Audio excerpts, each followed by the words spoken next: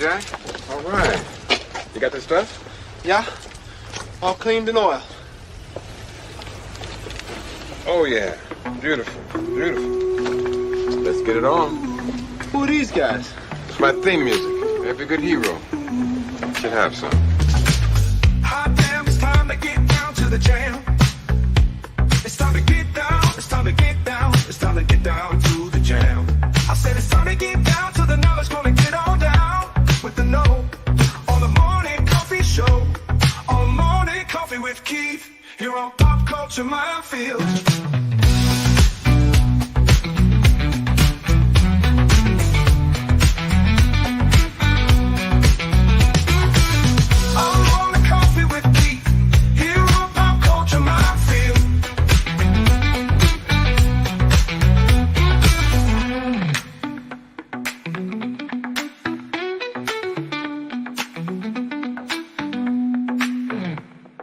Excuse me, can I get a cup of coffee?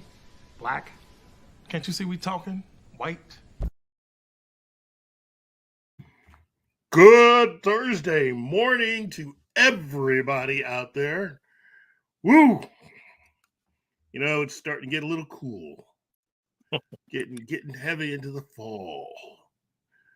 How you feeling, Martin? Well, down here in Mexico is kind of a seesaw. You can have one day freezing your feet off, the next one you're sweating like nobody's business. So tonight was a cold night. Last night. However, the day has been mild to this time. I don't know how it's going to evolve. In 2 hours, I could be on fire or freezing. I never know. Yeah. It's just getting to be that time of year. You know, this is yeah. It's a mixture for me of happiness and a little sadness. Sadness because for me this is marking the end of a lot of things for the year. Hello to you, Andy Morrow, and to everybody here that has decided to show up and have a little fun this morning with Martin and myself. Mrs. A, good morning to you. Cam's Crash Courses, good morning to you. Oh, yeah. This is traditionally for me, this is, beginning a very happy time of the year. Lots of birthdays. Nice. And of course, the holiday season, I'm a fall holiday season kid, and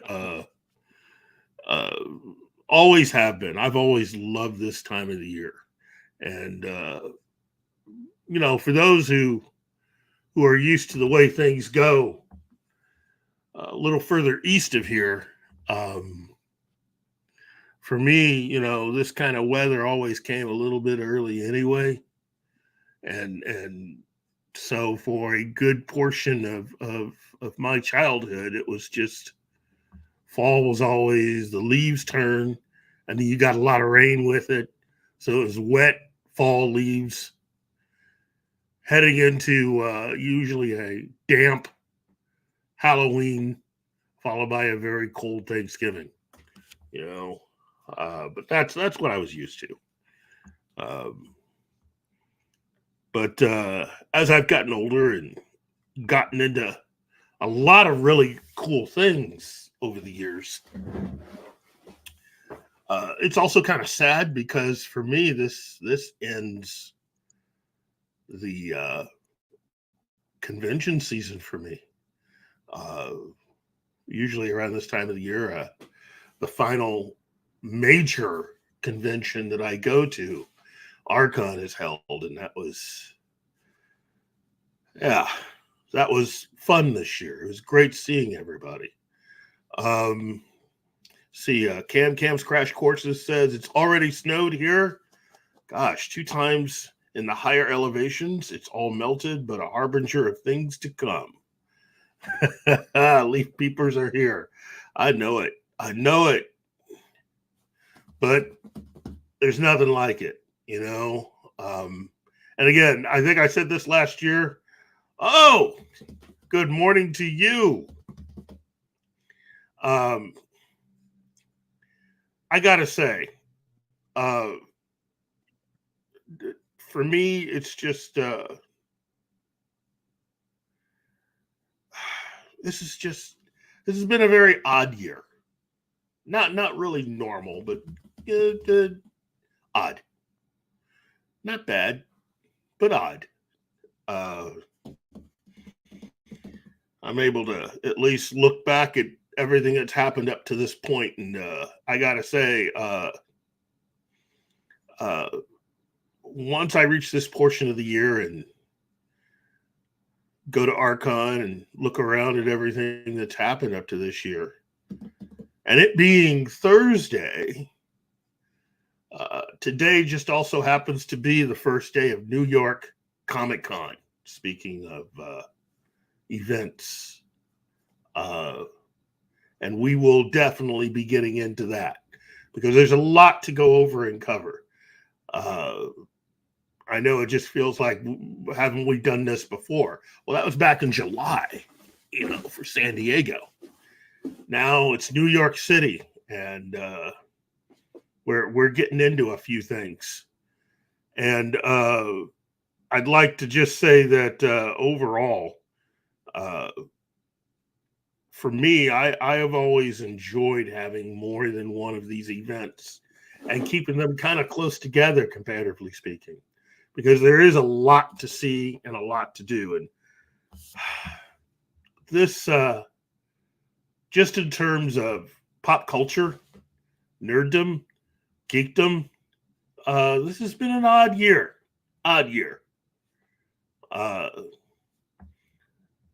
More disappointment from Disney as far as a lot of what they offer in terms of Star Wars. But if you're used to be disappointed by them, being disappointed again will be really a disappointment. Because at this point, we expect everything from them to fail. Oh, good point. I don't know. I liked it back when we had some good stuff going on, and When you have expectations. Well, I mean, remember what were those good expectations? Yeah, it's a completely different world back then. Less than 7 years ago, but but you're right. It is almost kind of normal now. We've normalized disappointment and bad entertainment, not only from Disney, but from Paramount with their Star Trek franchise, and of course MCU from Disney, Star Wars also from Disney, and certain parts of DC. Of course, the BBC's Doctor Who, which is also just knocking it out of the park with just how bad they've been. Tom Baker, the bar is low. Yes, it is low. It's fall, Dude, the body's gone. The bar is gone. Okay. You want to drag me down there with you? Do you just want me to just go down with you on this one? Oh, wow. But I will say this: there's a little bit of hope out there. We're a couple weeks away from the Wolverine 626. Yes, Cobra Kai returns next month for a measly 5 episodes, though. Yeah, well, let me make everybody happy with this announcement. Next month, we'll see the return of Arcane to Netflix. Yes. Yes. And this month, we have Box Machina back. Yep. Woohoo. So I mean, there's There's hope. there is hope. There's good entertainment on the way to rescue all of us. You know, I just got to say, I can understand if people want to just revel in the hopelessness, but there's a few people out there fighting to keep the level of quality and entertainment up, and I just gotta. Tom Baker says sleepwalking directors, yeah, and executives. Well, sleepwalking directors and evil executives, borderline evil executives. Yeah. Again, looking at the story that everybody's been talking about with Joker 2. There is Gary no and such I, movie. well, Gary and I did predict this. You know, look, for those that have been following Pop Culture Minefield or any other show that has tried to get you to understand why it was necessary for David Zaslav to come in and buy out Warner Brothers. What has happened with Joker 2 is that right there. And I've noticed there are certain people that have certain shows that have forgotten how we got here. Okay, they want to lay this at David Zaslav's feet. The thing is, this is not his thing. If you're going to blame him for anything, blame him for the fact that he went ahead and still released it.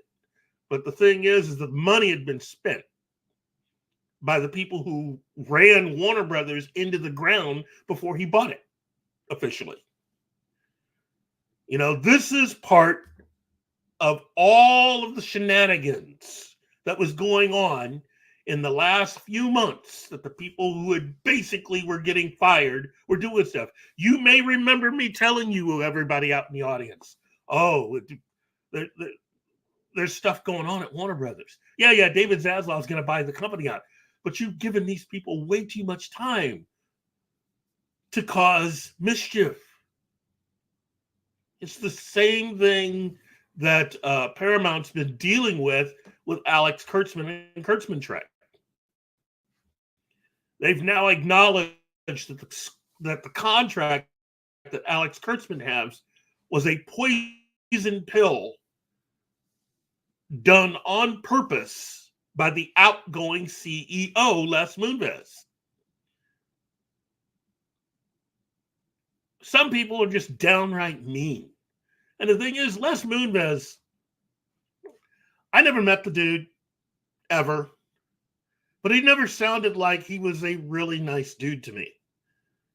And I still am amazed that you can have people who aren't the biggest Star Trek fans, but who will try to dig up every bad thing they can prior to Kurtzman taking over to throw back in the face of Star Trek fans. And these people have no idea of how ironic it is that the Star Trek that they champion was given to them by a guy who basically was trying to at least keep pace with one of the biggest, most outrageous people in the world of entertainment to have been kicked in the nuts by Me Too, Harvey Weinstein. That's the reason why Les Moonves lost his job. And, you know, you got a lot of people that forget that. And, again, I tell anybody out there that's still willing to defend this stuff, look up all of the allegations against Les Moonves.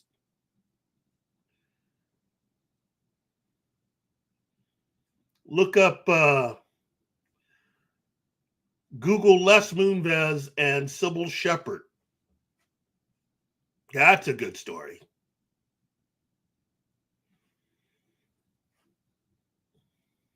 While you're at it, Google Alex Kurtzman, Ewan McGregor, and The Island. Specifically, Alex Kurtzman, The Island lawsuit.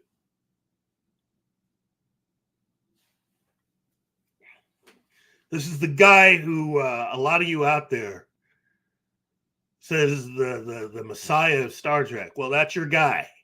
That's your guy right there. As I've said before, there is absolutely no reason for this guy to still be in the business because he basically committed one of the ultimate sins in being a so-called professional writer. And JJ saved his job.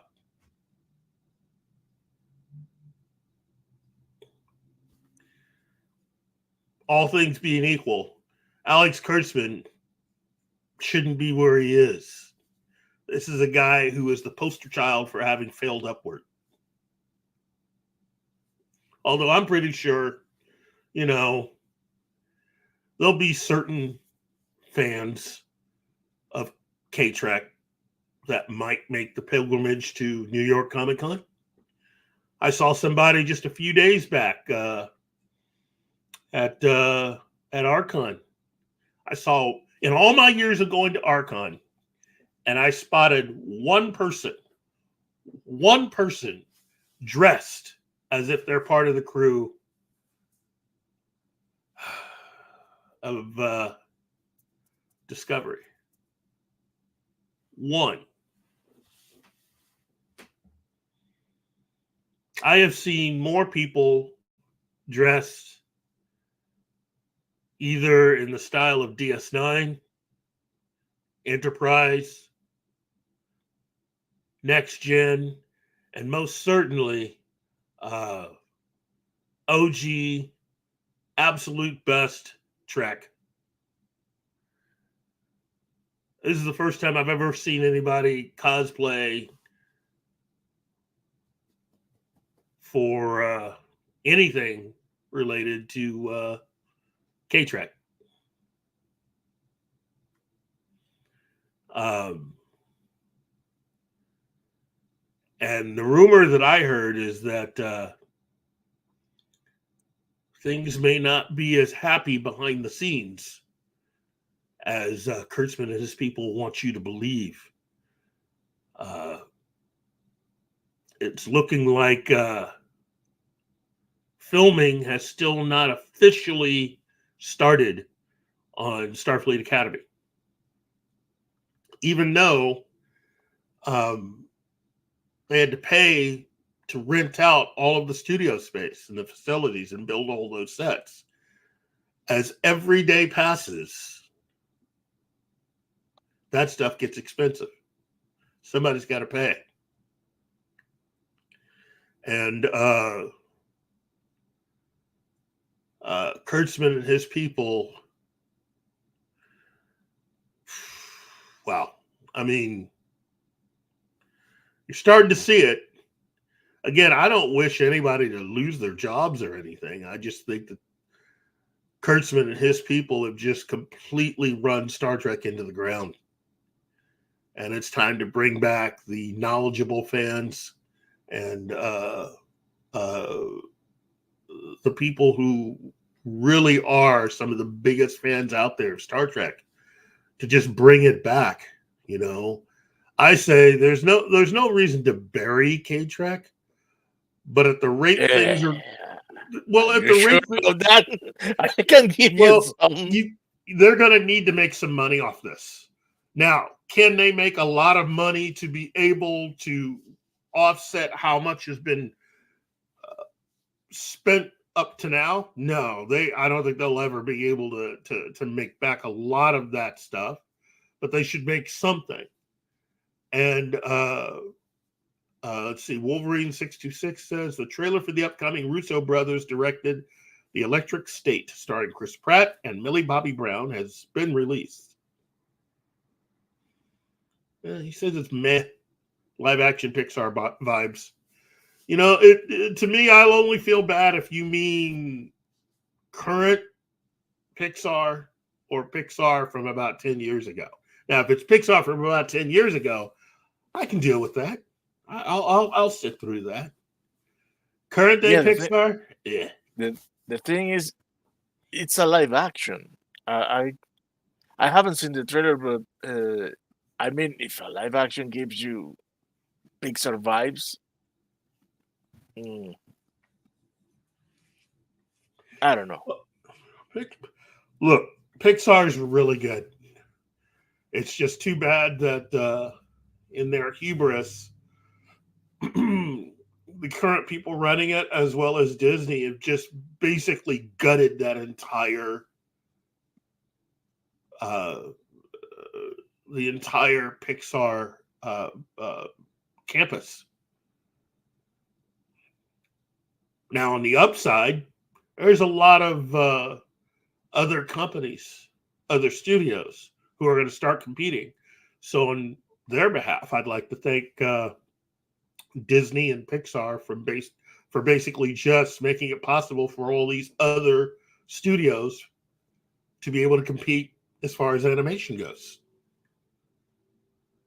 Yeah, Wolverine 626. Yeah, I agree with you. All of Pixar has always been meh. To me, Pixar only started being meh when they got rid of Lasseter. You know, that entire thing was just sketch from the beginning, and now it seems that it's gone beyond sketch. You know, where there's smoke, there's a little bit of fire there. Seems that a lot of it, a good majority of what he was accused of, is nothing more than just a lot of hooey. But that's fine. That's A-okay. You know, they turned a man's life upside down, and now he's moved on and taken a lot of the most talented people of Pixar with him. Granted, he was the one let go, and a certain number of them were let go. But a large number of these people were people who quit Pixar and just left. So to those people, I'd like to, because I'm a firm believer in, I believe in really remaining true to your friends and the decent people that are out there. I understand it's a business, although with some of these producers and executives, they may need to be reminded that it's a business. But there's also always room for friends. Although, as my other twin brother likes to say, it's not show friends, it's show business. And I do normally agree. But being loyal to your friends is also a good thing. People that have earned your trust and friendship. And something tells me that while Pixar is going through an exceedingly dark time, that those people who made up the heart and talent of Pixar have found themselves relocated to places outside of Disney, who appreciate what they bring and the talent that they have and the stories that they would like to tell. And so in that respect, yeah, you know, things are good. Love to you, Lady Penny. Yes, and Tom Baker again. Penny the Great, I agree.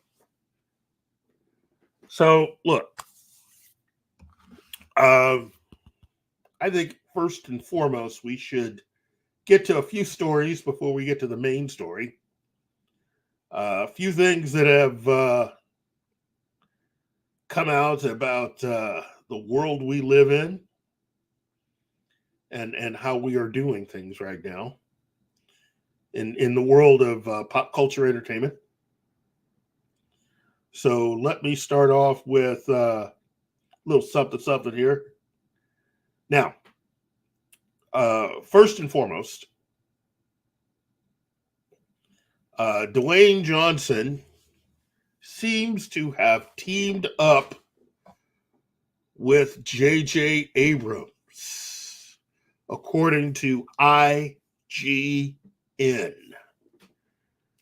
Dwayne "The Rock" Johnson teaming up with J.J. Abrams for what some fans think is a new superhero project.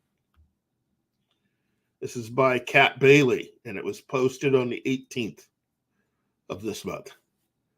Dwayne "The Rock" Johnson is teasing a mysterious new project involving J.J. Abrams, taking to Instagram to share a photo of himself at dinner with Abrams, X-Men writer Zach Penn, and producer Hiram Garcia, who has a lot of fans doing double takes over his resemblance to Vin Diesel. Johnson wrote in the caption, "Years in the making. We finally broke bread. We drank. We laughed. Got a little drunk. Maybe that was just me. We talked life stuff, love stuff, dude stuff, and took our time chopping up our passion for movies and storytelling. Then we all raised a glass and toasted to, yep, this one's going to be fun." He signed the photo JJ and DJ from the mind of Zach Penn with a cryptic, "Tonight it comes to life." Wow. Wow, that dude does look like Vin Diesel. I almost had to do a double take myself. It's like, are they back together? So the image has fans speculating over the possibility of a superhero team-up in light of Penn's pedigree as a writer. In addition, X2, very good film, and X-Men: The Last Stand, not a very good film. Not a very good film. Penn was a co-writer. Penn was a co-writer on The Avengers. That's a very good film. And 2008's The Incredible Hulk, a good film. His most recent movie credit is 2021's Free Guy, very funny film, which he co-wrote with Matt Laberman. Wow. Both Johnson and Abrams are still recovering from high-profile misfires in Black Adam and Star Wars: Rise of Skywalker, respectively. While Johnson has mostly kept busy in the wake of Black Adam, appearing in Red 1 and the upcoming Moana 2, Abrams has kept a comparatively low profile since 2019. Not true. Abrams has been running into a lot of roadblocks. Basically, Abrams has been on a very humbling odyssey trying to figure out what he's going to do. And aside from the animated Batman series on Amazon, he's, for the most part, just been silent. Hello, awesome one. Let's see. Wolverine 66 says, "Please be original and not something like Doc Savage." Oh. Ooh, I have something for you, Wolverine 626. Remind me later towards the end of the show. I got something for you when it comes to that. Wolverine 626. Frank Grillo has a werewolf movie coming out in December called Werewolves. It looks like it'll be fun. I hope so. I like Frank Grillo. Yes. One of my favorite actors. Let's see. Tom Baker says, oh, go ahead. He tends to choose well his movies. Yeah. Not that he hasn't been on stinkers. True. But True. But you know when he's in it, it's decent. yeah, Even if it's not the best. I would like to see more of him as a villain. Oh, Because in anything. Frank Grillo just rocks. I mean, if it were up to me, yeah, what they did to him as Chapel, Chapel. Oh my God, wrong franchise. in Avengers. No man. oh yeah, Crossbones. Yeah, killing him in the beginning of the movie, that was worse than what they did with Darth Maul. I was, what are you doing? Yeah. Well, look, it's part of the thing that when you are trying to run a massive franchise, this is the thing about the MCU that has to at least be admired, is that it's kind of like running one big massive movie with multiple actors. You know, it would be like if they made a cinematic the Babylon 5, where you spread out all the stories into different movies, different combination of characters in different films, and you're still trying to keep everything straight. And the thing about it is that from Iron Man until Endgame, for the most part, they did it very well.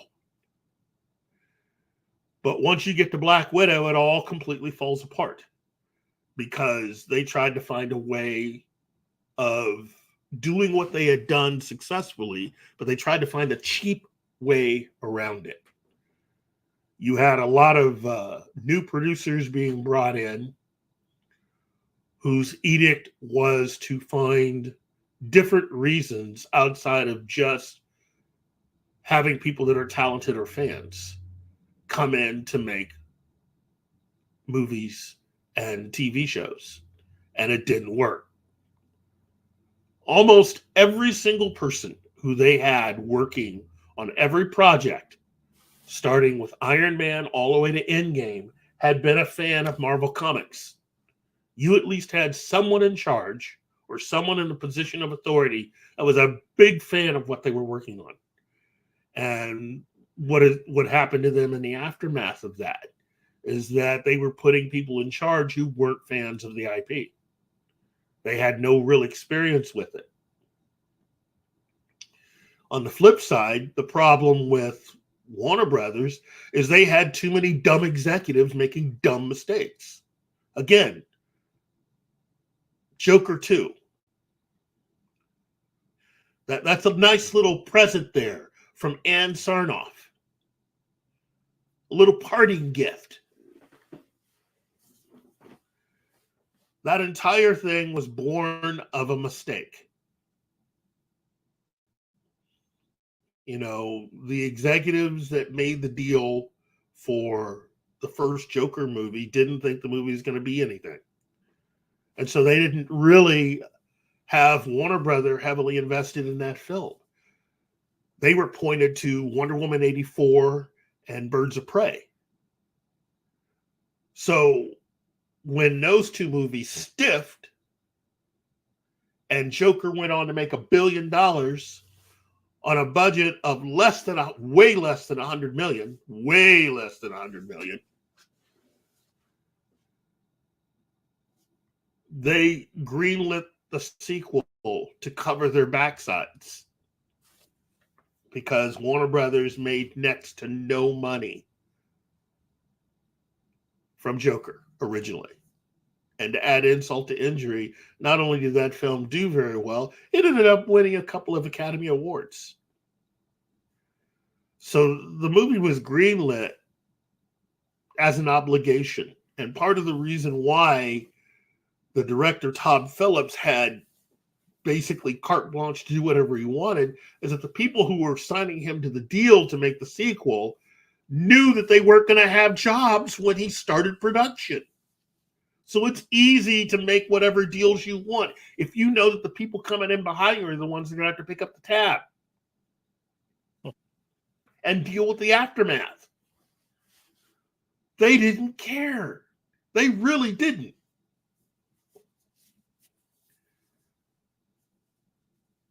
So I like Tom Phillips, but he's going to have to take the L and be happy about it. You know, he should shut his pie hole as far as, I'm never going to work with DC again. Look, you weren't technically working with DC anyway. Wasn't like anybody from DC was truly advising you when you made the first movie. It's like, look, you got away with it, man. You got a nice check out of it. You got a lot of money.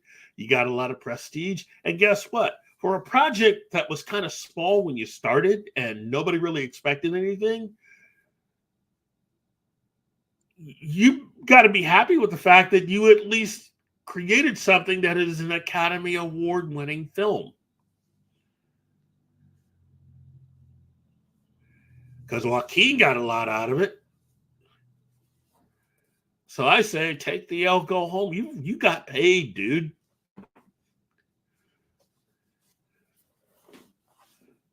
But anyway, I'll just step down off of that one right here. Let's see. Then we have Wolverine 626 says, I have no desire to see Joker 2, but it wouldn't necessarily be in the position it's in if not for the bloated budget. The bloated budget was the least of its problems.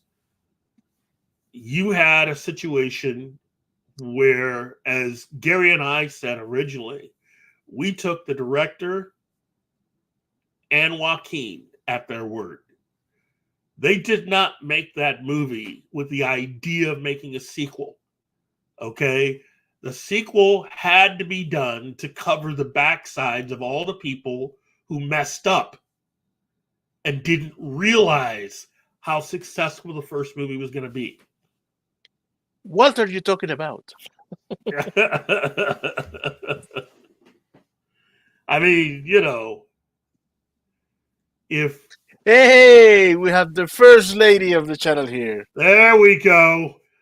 The lovely Anima Confusa, because, you know, I met her in person. I'm telling you. I'm telling you, she is a beautiful woman. Inside and out. She is incredible. She is just freaking amazing. And yes, I'm going to embarrass you, Anima. I'm going to embarrass you. Are you home right now at last? Or are you stepping out of the plane? Yeah, she probably is just getting off the plane. That's fine. I miss her already, though. I'm gonna work with Gary to try to convince her to come back and stay. We'd love to have her.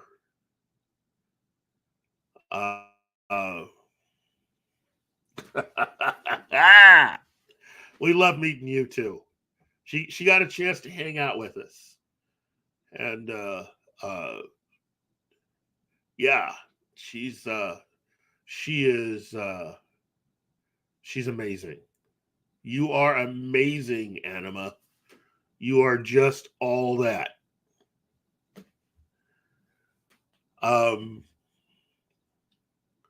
But yeah, look, Todd Phillips definitely deserves criticism for the way that movie was made. Joker 2. He had an idea and he was going to roll with it. And he pretty much used his leverage to get the current people who are now running Warner Brothers to sign off and allowing him a lot of creative freedom. Now, I think the thinking was the money's technically already been spent. So it wasn't like Zaslav was really, his hands were tied, because just like what happened with Star Trek with Alex Kurtzman, once you have a contract and all the people have done everything legally possible to make sure that contract is something that is legal on both sides. There's not much you can do. There is not very much you truly can do. And he used it, he benefited from it, and he did what he wanted to do. You know, in that respect, I can't really blame him.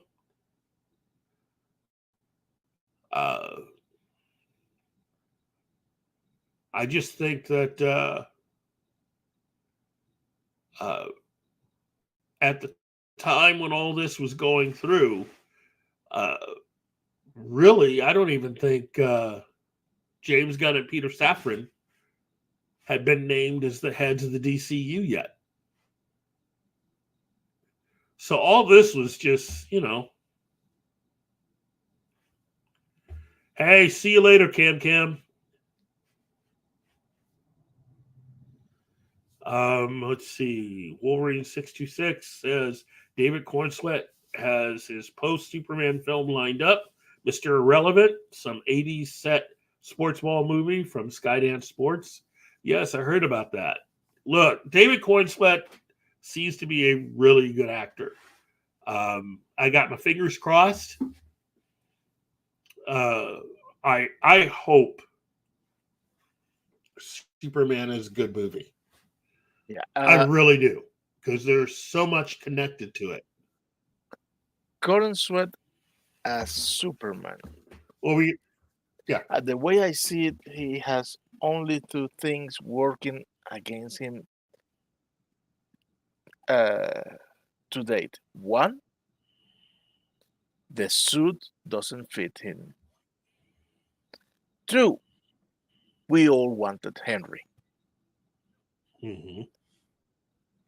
He convinced me like he could be a good choice when I saw him in Twisters. When you see him, his height, Yeah. his acting job. The guy can act. He has a Oh, yeah. good voice for a Superman.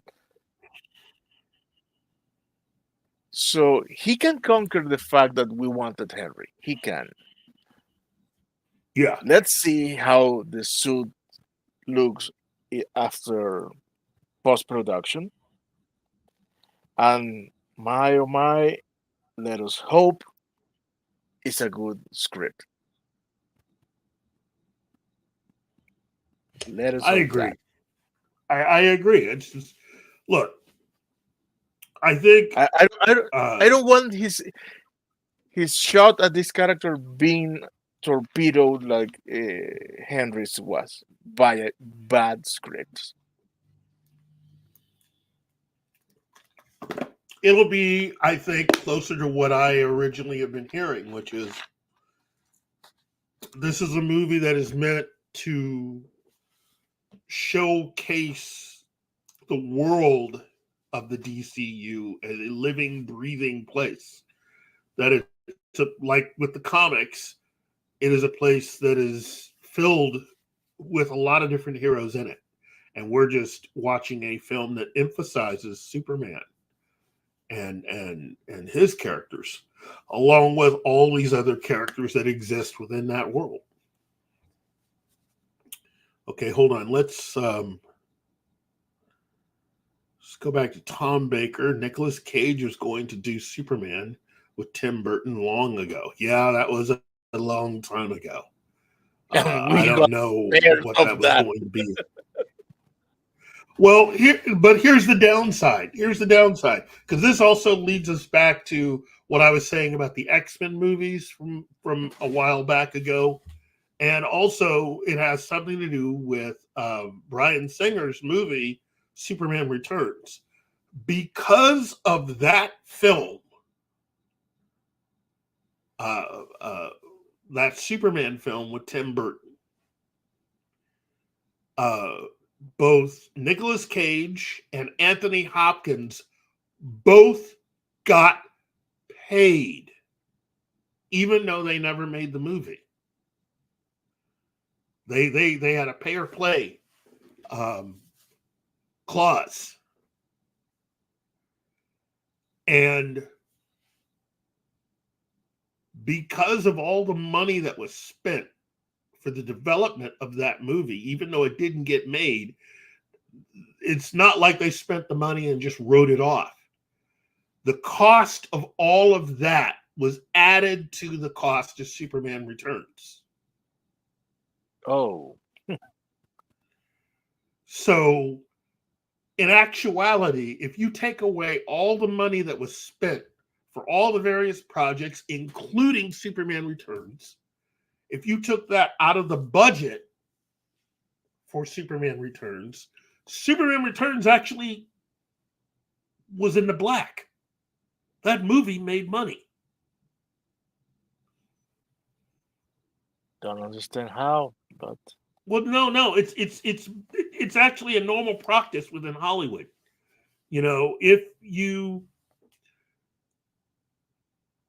really is one of those things where if you were developing a movie, like let's say a movie about, if you were making a Johnny Quest movie, and let's say you got to the point where you had an actor and you were doing test footage, you were putting together stuff related to costumes, and all that money comes from someplace, right?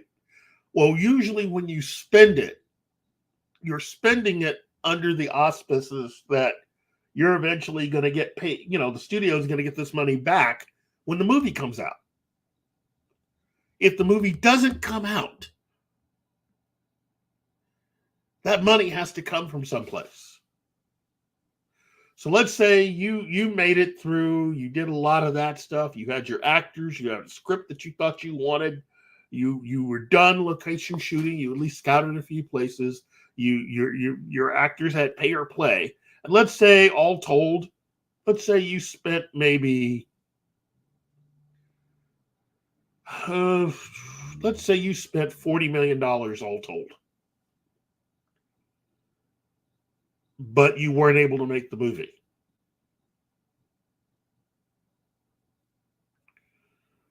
So you wait a few more years. I come along and I'm going to make the movie.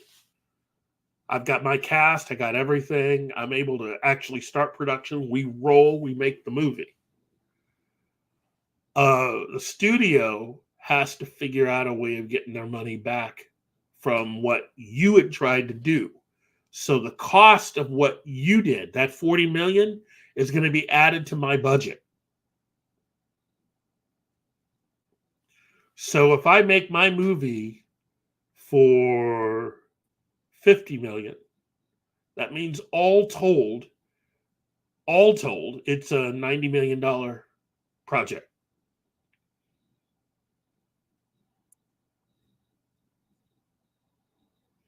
That's the way it works.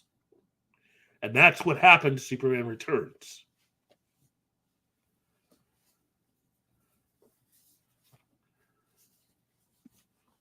So I know there are some people that have a problem with that movie. I thought it was enjoyable. Was it the best Superman movie? No. I still had certain things. There are certain things that I didn't like about the film. I didn't hate it, but I didn't like it. I just didn't feel good with trying to do a continuation of the Christopher Reeve movies. It would have been better if they had just decided to make it its own thing.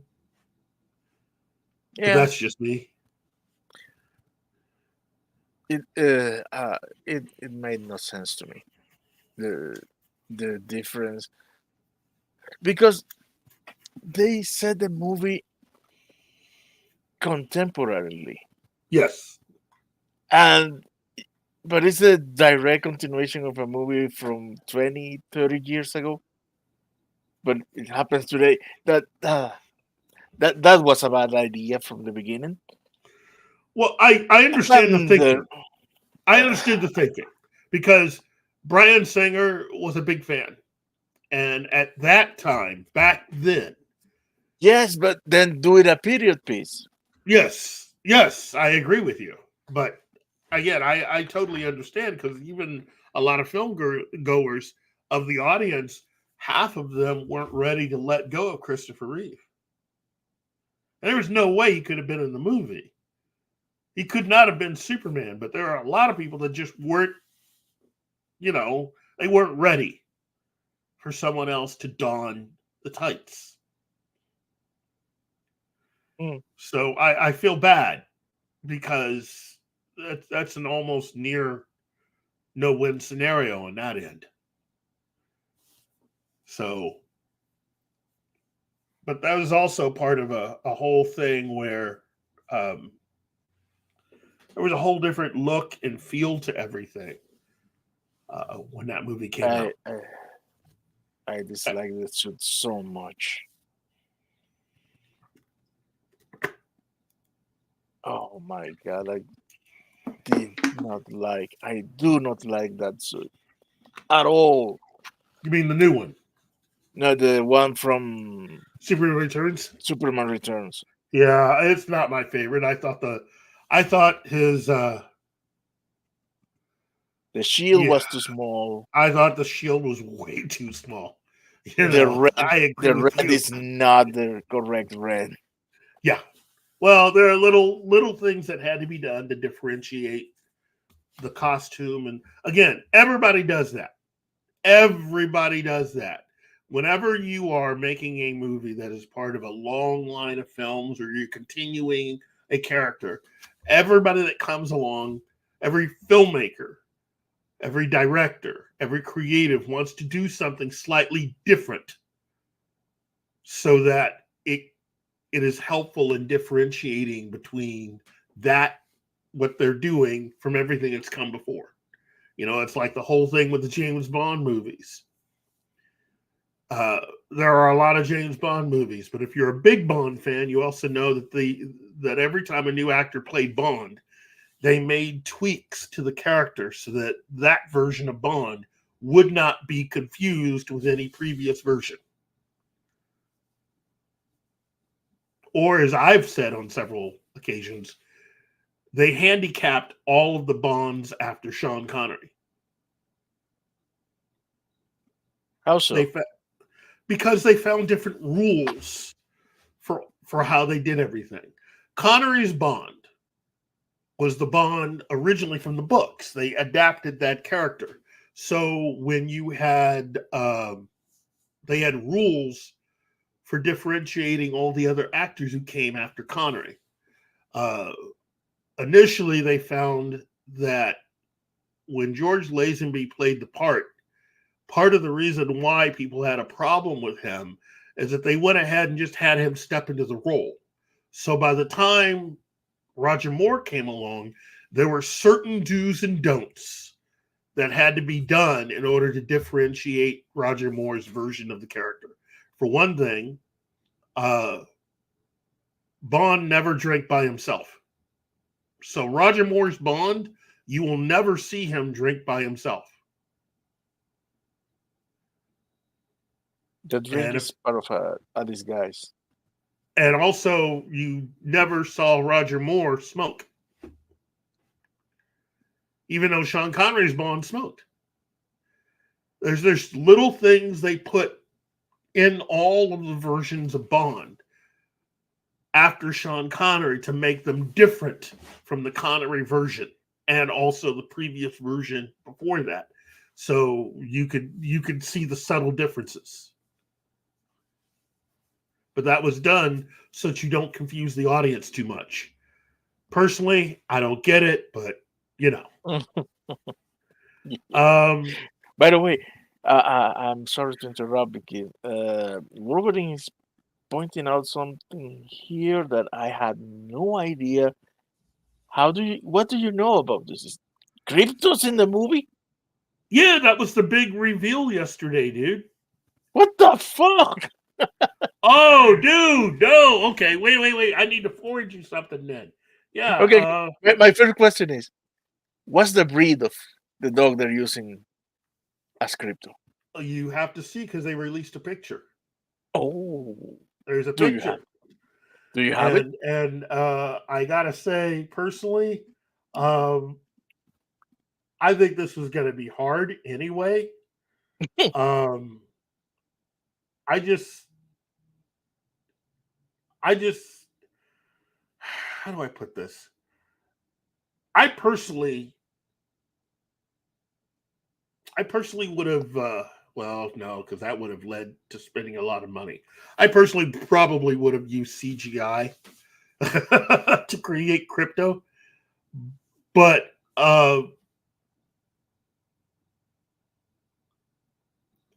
I think it's all right. You know, it's crypto. It's going to be fine. Because look. Here's my thing. Because this goes with what they've also released. No.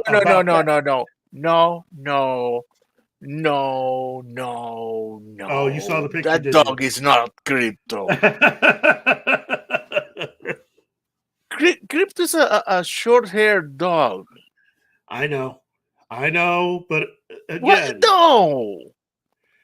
Oh my God, no! That is not crypto, not at all. Holy crap! Oh. Again, this is James Gunn and Peter Safran. They know what they're doing.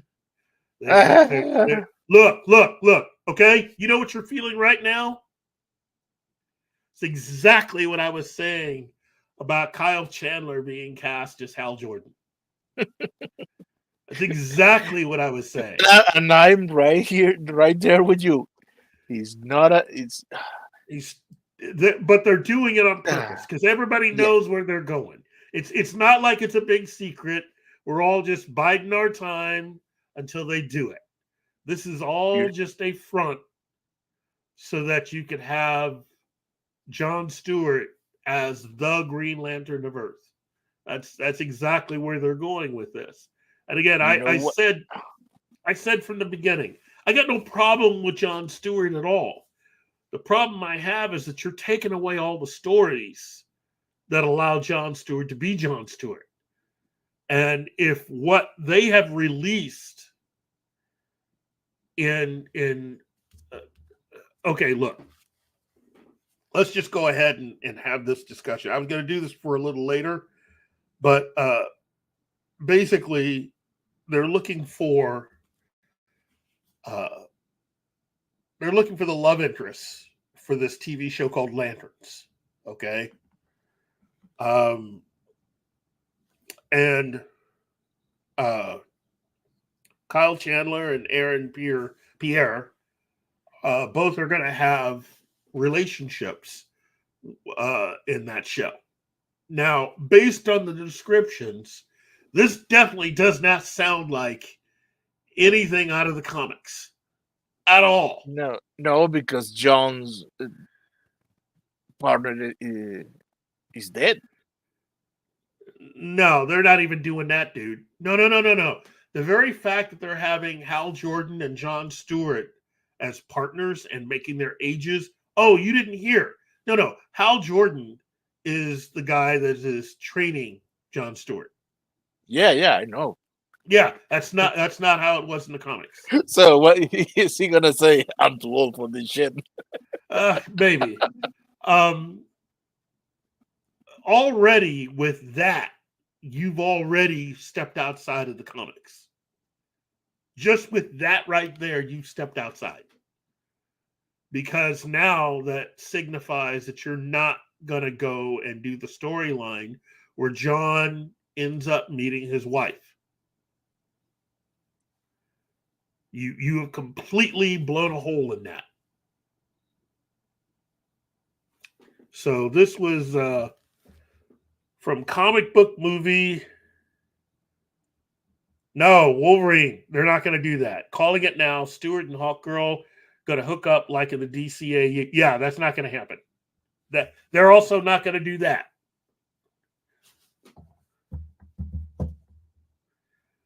Here, let me read this from comicbookmovie.com. Lanterns. Hal and John's love interest possibly revealed as Aaron Pierre breaks silence on joining the DCEU. Okay, this was October 10th. Hello, Jeebus. I love the picture. It's a cat who's a werewolf. Yesterday, DC Studios made it official. Lanterns will see Kyle Chandler play Hal Jordan, too old, with Aaron Pierre taking on the role of Jon Stewart. We imagine the plan now is to start filling out the supporting cast for this Earthbound adventure featuring the 2 Green Lantern Corps members. Kelly MacDonald is reportedly being eyed for one female lead role, and Nexus Point News has now shared a few additional details about the show's supposed love interest. As I reported yesterday, Hal's love interest is the town sheriff, Carrie Kane. They reveal John does get into an affair with an older woman named Zoe. She's a Native American and the only person of color in an all-white town. The scooper adds Zoe's married to a businessman named Dylan, and he's described as one of the antagonists of the series. Not sure if any of these are code names or not. It's quickly becoming clear that Lanterns will be far more grounded than 2011's Green Lantern.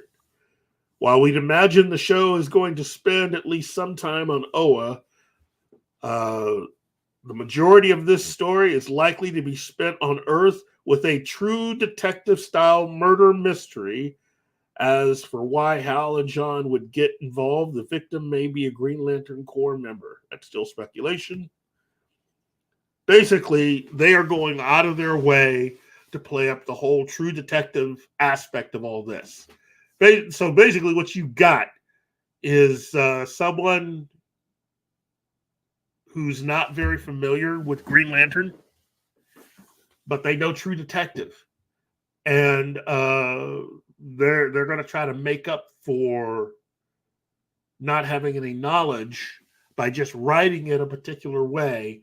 And then any criticism that they receive, they can instantly fall back on the argument that you're too narrow-minded or that you don't like Mr. Pierre or some other dumb stuff like that, to try to distract from the fact that the people making this are not comic book fans. Personally, I think somebody decided to go this direction because money had already been spent on developing the idea in the first place, back when this was a project from Greg Berlanti, which he was going to try to use to extend the Arrow universe and allow his version of Jon Stewart to basically have a job. That's basically what they were doing. It is more BS like what they did with Legends of Tomorrow. And I agree with you, Wolverine. It should be space-based. But I think they're wanting to save money and try to just keep it on Earth. Which, in my opinion, that's just dumb. I mean, they are making the same mistake with Masters of the Universe. Yeah, you have all these stories, and you're just going to pull a Kathleen Kennedy and just ignore all that stuff. That's just dumb. John deserves more. Look, it's no secret. I've said it before in the show. I enjoyed Justice League. I enjoyed Justice League Unlimited more. But though that cartoon is not comic book accurate. It's just not. There is no version of that within the comics where Jon Stewart gets together with Hawkgirl. Because he's already married.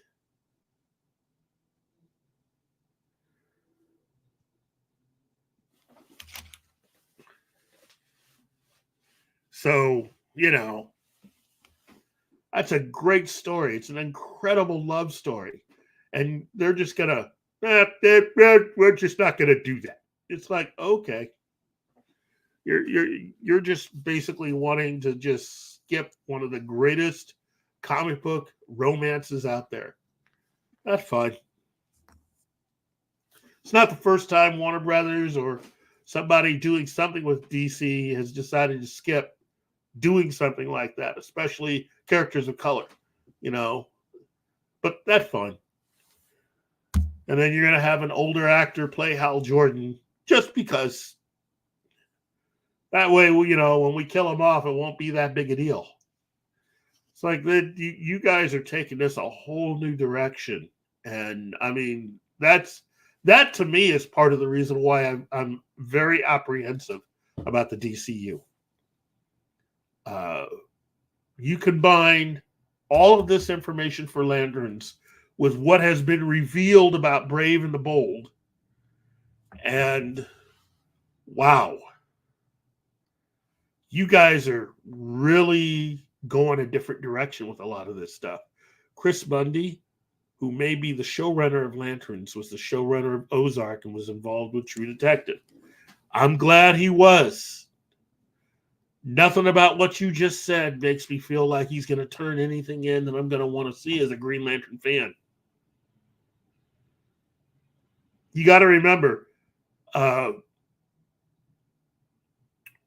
there was a point towards the end of Greg Berlanti's involvement with this idea where they even decided to go a different direction and have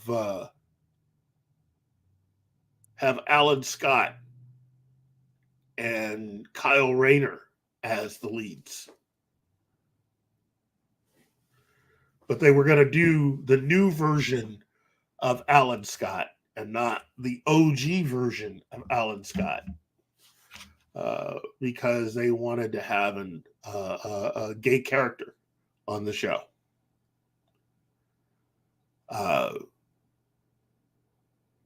Wow. So, this is just, it's starting to get slowly out of hand. And again, he's not, I haven't seen anything yet, personally. I will have a better handle on this and start making some decisions after I see James Gunn's Superman.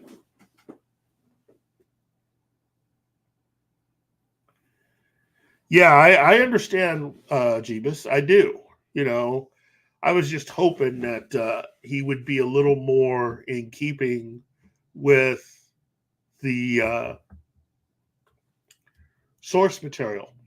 I'm not saying it had to be exact, but I think, there's a lot of people out there who are not the biggest DC comic book fans.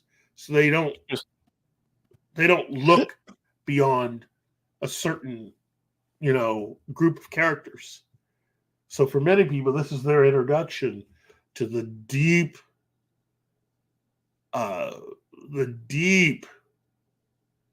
catalog of characters that DC Comics has.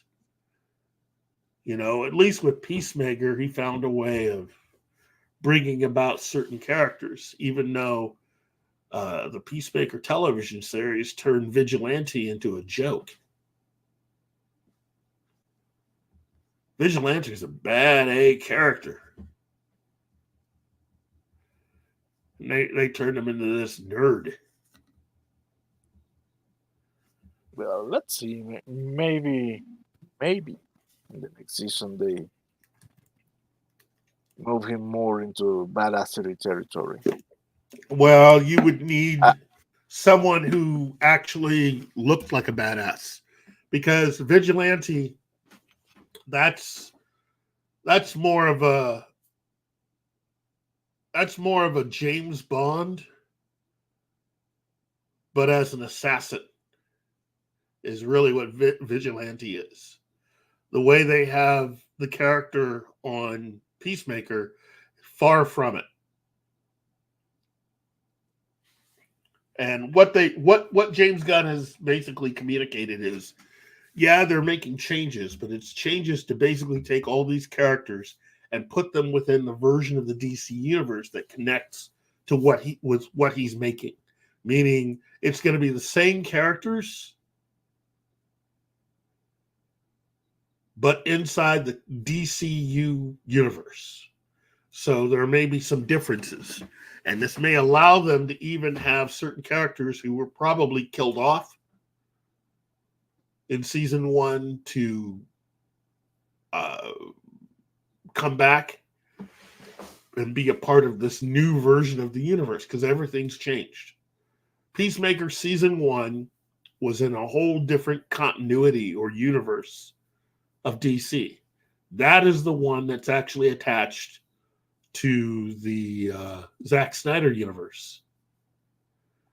Season 2 of Peacemaker will then officially be attached to James Gunn's DCEU universe. So,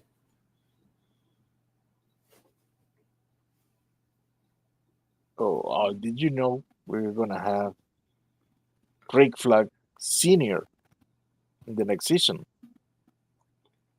yes. And it's Frank Grillo. Yes, but they're going to have to make him up to be an older man.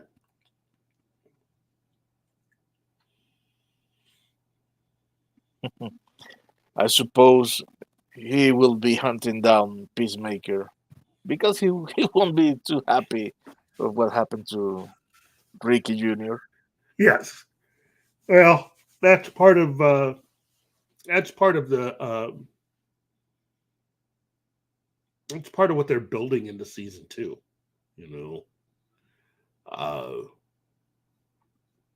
Again, anything with Frank Grillo, it's a good thing. He's that good of an actor. Wow. Just wow. I mean, there are times when I can just look at what Gunn has done and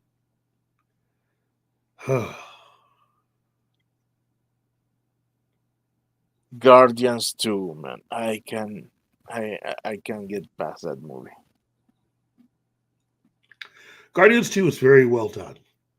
I didn't like it. It was too juvenile. Well, let's be honest. Yeah. Gunn, he doesn't know when the joke ended, mhm. and the joke continues and goes on and goes on and goes on. Dude, the joke ended like 1 minute ago. Let it go. Let's move on.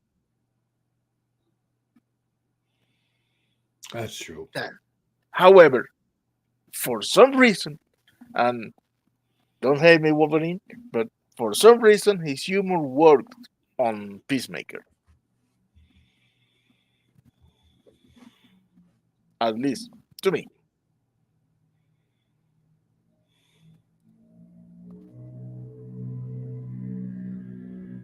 I think I'm alone in this.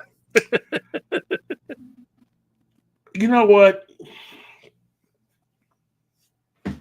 I still appreciate season 1 of Peacemaker for what it was. I wasn't expecting that, and I was happily surprised. And I enjoyed the storyline. I enjoyed all the characters. What kind of disturbs me is that now that they're switching to this new universe that James Gunn actually, is creating for the big screen, I don't know. I'm kind of disappointed that they're making so many changes to certain characters. So I'm hearing Gary in the back of my mind. His voice echoing, telling, I do not trust James Gunn.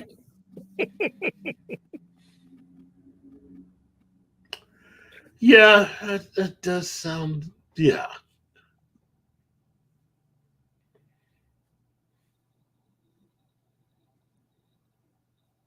Anyway, I don't know. This is not going to be easy in that respect. It's not going to be as simple as what Marvel had going out of the gate, starting with Iron Man. But at the same time, it shouldn't. DC has been around longer and has been more continuous in its existence than Marvel. And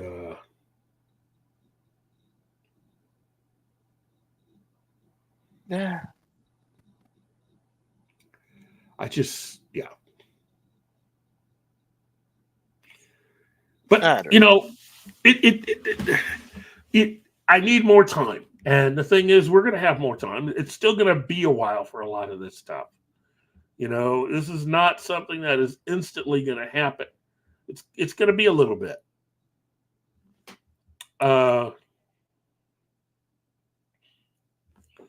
Let's see. Then we have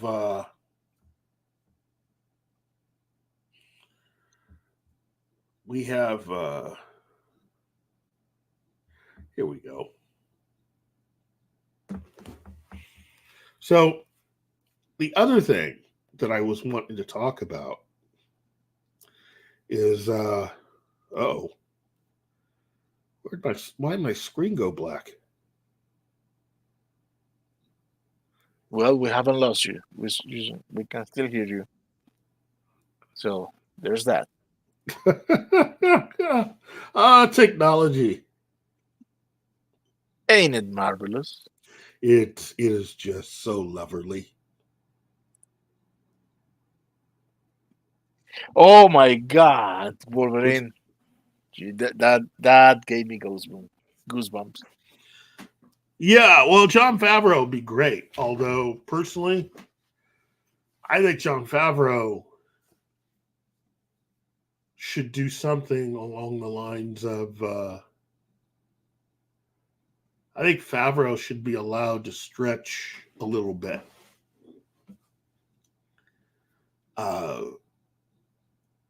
I think he should be allowed to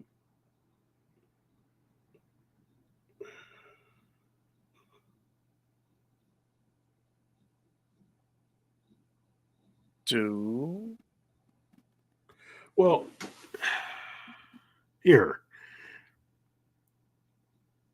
Okay, see, I'm trying to get my pad here, and it keeps locking up. So I may have to just, yeah.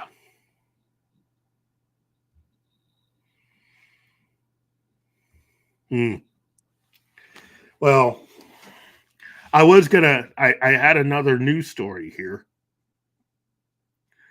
Anyway, yeah, Favreau could really do something kind of cool. I would like to see Favreau do something like the Legion of Superheroes.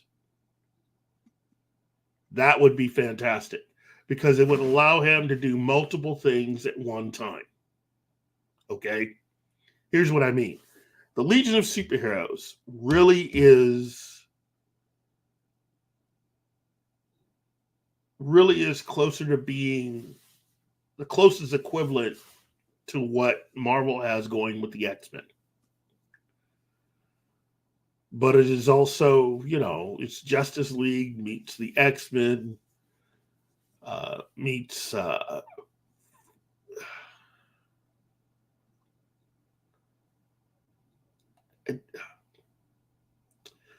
the word I'm trying to spit out here. I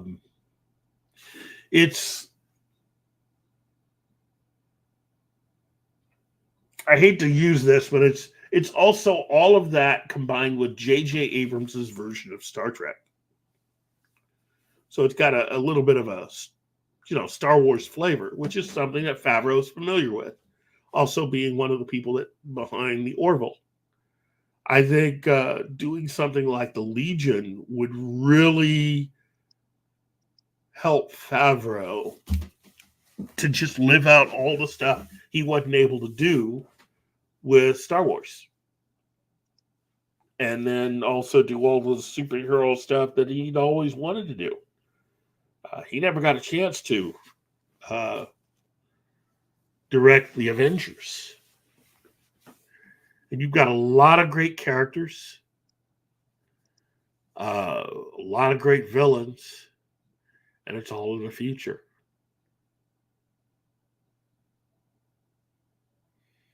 There you go, And Werewolf Jeebus asked, does Favreau even care about anything DC? I think he does. Not as much as he does about Marvel, but he does.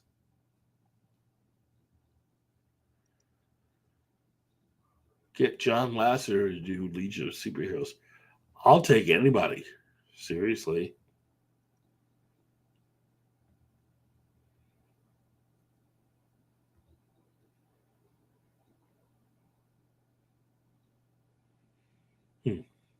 Anyway, speaking of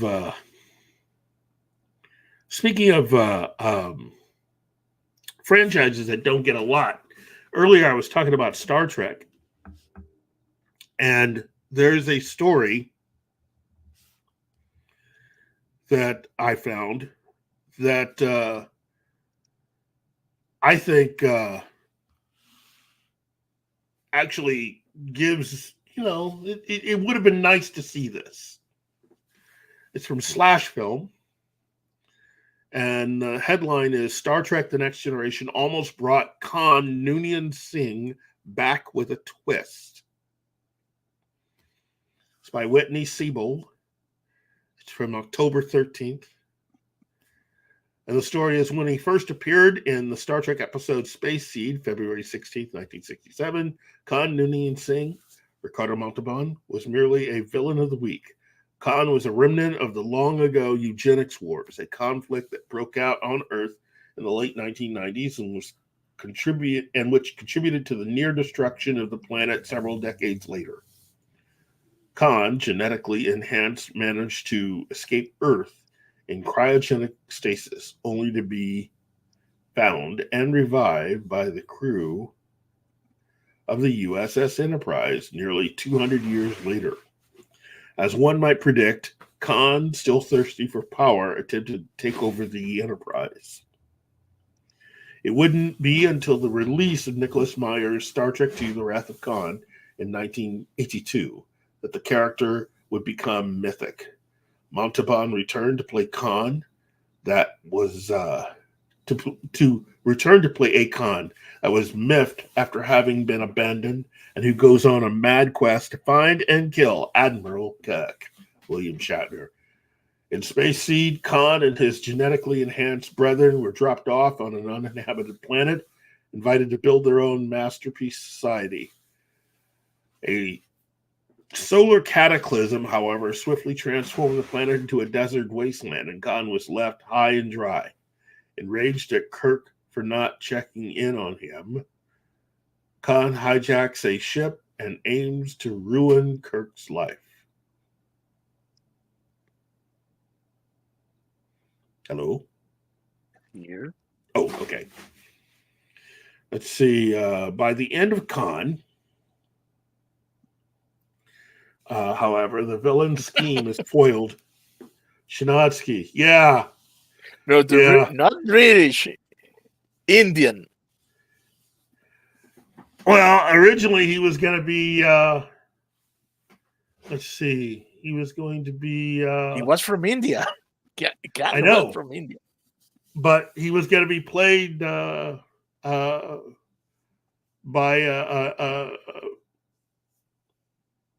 man. Oh, man. The reason why they ended up getting Benedict Cumberbatch is because he was not the original choice to play Khan. He was actually their second or third choice. He was the choice that the studio wanted. And he was there to replace the actor who backed out. And who was that actor? Academy Award winning actor. Not the first time that Star Trek had a major actor back out on them for a movie.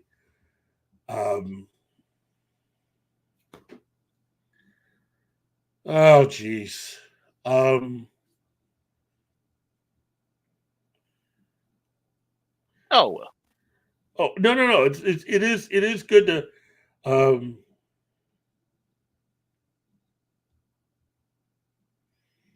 Hold on. Here we go. It's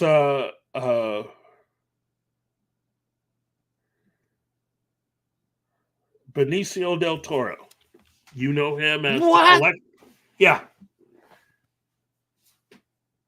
Benicio del Toro, I was don't know. He was too old at the time. no.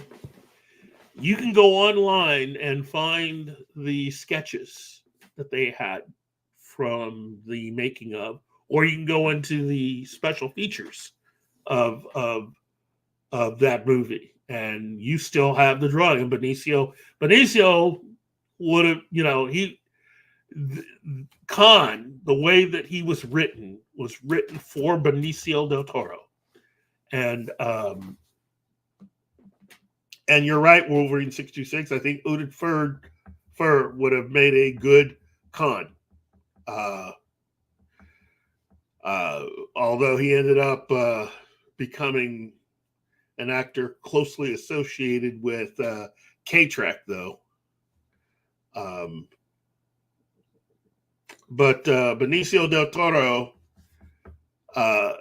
decided at the 11th hour that he didn't want to do a science fiction movie like this. He decided that he liked his career. No, the reason why I said it like that was because then he changed his mind and ended up doing Oh yeah, uh, The Last Jedi. The Boom. Last Jedi. God, he would have been better off doing Star Trek. he would have been far better off. In fact, that movie probably would have been a whole lot better with Benicio del Toro.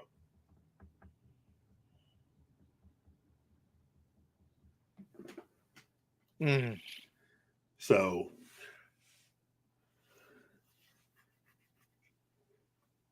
Oh my. anyway, let's see if I can find that story again. Here we go. So, Khan was left high and dry and raged at Kirk for not checking in on him. Khan hijacks the ship and aims to ruin Kirk's life. By the end of Khan, however, the villain's scheme is foiled, and he is hoisted by his own petard. Khan was most certainly dead following the activation of the planet-terraforming Genesis wave. It seems, though, that Khan was once slated to return from the grave for an episode of Star Trek The Next Generation. Writer and producer Mark Bernardin, good friend of Kevin Smith, he of Castle Rock and Star Trek Picard, there you go, worked as an intern on Star Trek Deep Space Nine early in his career, and he recalled seeing a next-gen spec script called Past Present, passing its way through the Paramount offices. The script featured Khan as the episode's central antagonist. Let's see. Here we go. Past, present. This is the basic outline for it based on Mark Bernardin's recollection.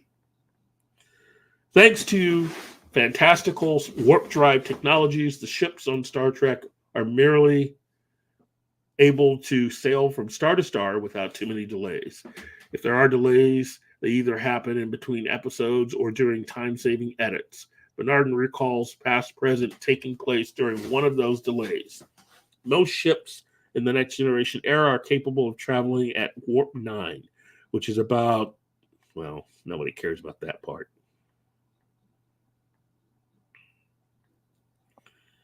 Here we go. Bernardin, I'm going to skip ahead. Bernardin said that Past Present was going to address those long bouts of downtime on the Enterprise. Star Trek always pretended that space was a crowded place, Bernardin said, when in reality, even with warp capabilities, the distance between populated systems is impossibly vast. Captain Picard, Patrick Stewart, would become concerned that his crew might become complacent during those spans. To quote, Picard was concerned about the crew's level of preparation. Even though the Enterprise wasn't a warship, a knife still needs to be kept sharp.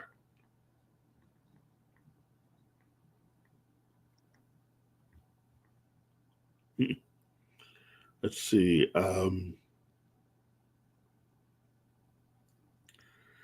Here we go. All these ads.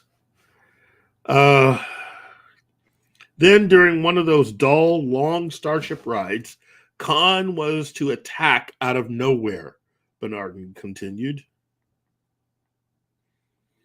Let's see. Picard vented his frustration to Data, who can't share his concern as circuits don't get dull from lack of use.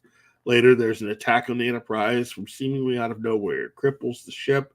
The culprit, Khan Noonien Singh, somehow delivered from the clutches of the Genesis device, which does, after all, create life out of lifelessness, and pitted against a new generation of Starfleet captains. Nah. Wow. Trekkies saw how Kirk faced off against Khan. Now it was time to see how Picard might fare. The Genesis wave, to remind readers, was a terraforming device that blah, blah, blah, blah, blah. We've all seen it. Yeah, but here's the thing. The Genesis device, which generates or modulates the Genesis wave, Yes. modulates that wave in order to rearrange matter to a new pattern in a predefined matrix. What happened with Spock is he was not in the radius of detonation. He was modified, or his body was affected.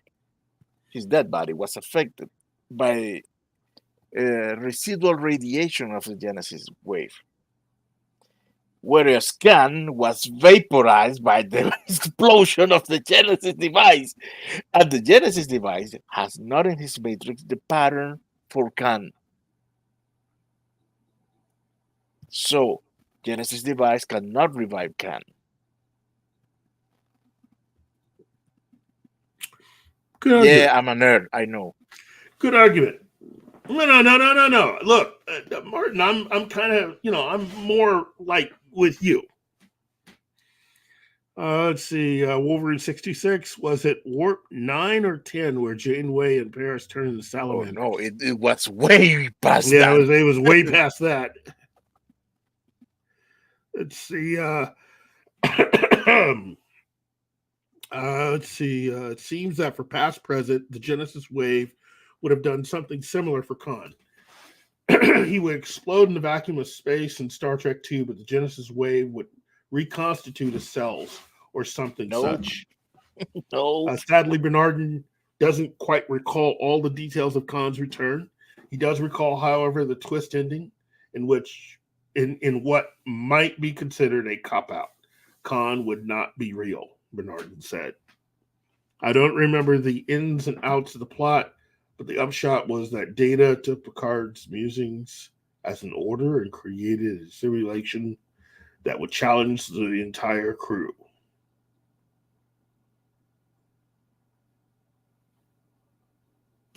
Wow. Okay.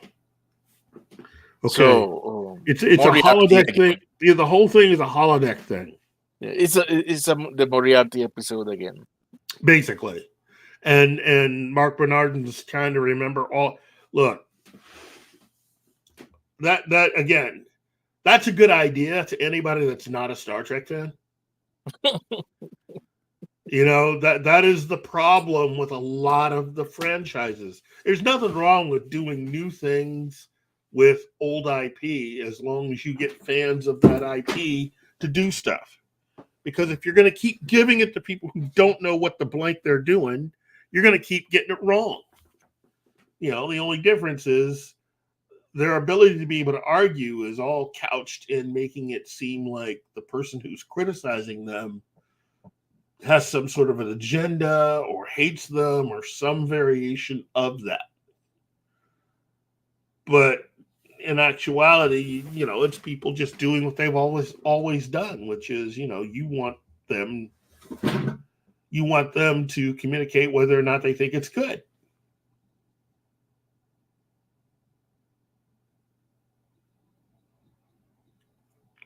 Whoa. Welcome back. It's the Comic Relief Crusader. Wow. Anyway, that also was something that that combined with the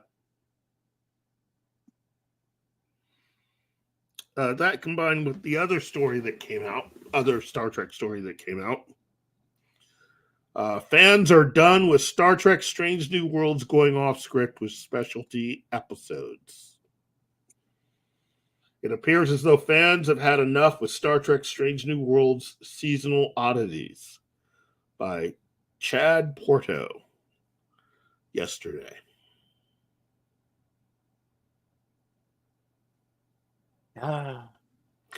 So Star Trek Strange New Worlds is mostly a great show. It is a strong cast, well-written characters, and the ability to watch an episode without worrying you're too far behind to just jump in. It's been an awesome ride to see the show grow and find new fans along the way. That said, it isn't perfect. Well, duh. Let's see.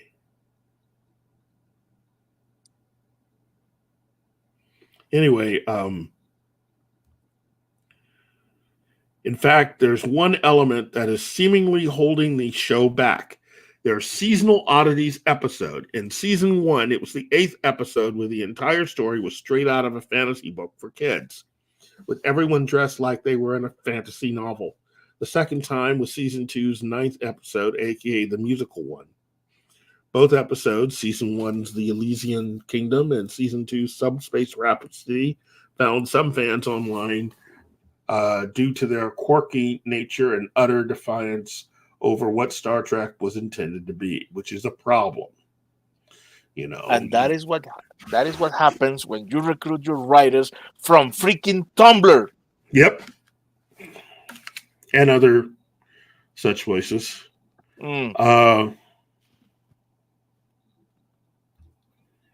So much so that you'd think the fandom as a whole loved these episodes, except they didn't. While many may have, most fans see these as stains on an otherwise perfect series. Geek has Subspace Rhapsody as the 15th worst episode in franchise history. Viewers in IMDb have The Elysian Kingdom and Subspace Rhapsody as the 2 lowest episodes in the series at 6.2 and 6.8, respectively. Fans had dismissed the gimmicky nature of both episodes, and it appears as though the fandom has spoken. They want less of these quirky episodes and more of what makes Star Trek great. While a story about a fantasy world being the backdrop of a Star Trek episode could have worked in the 1990s, that's because these shows had 20 plus.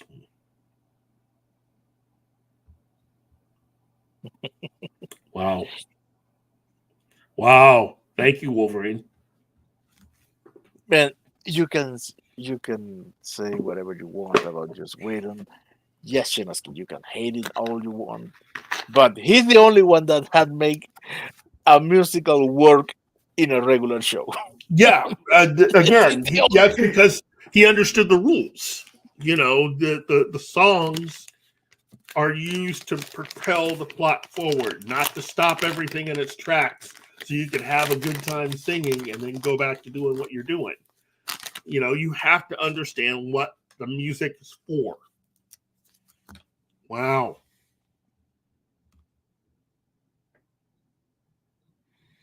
Yeah, the rest of this you can find yourself. It's from Red Shirts.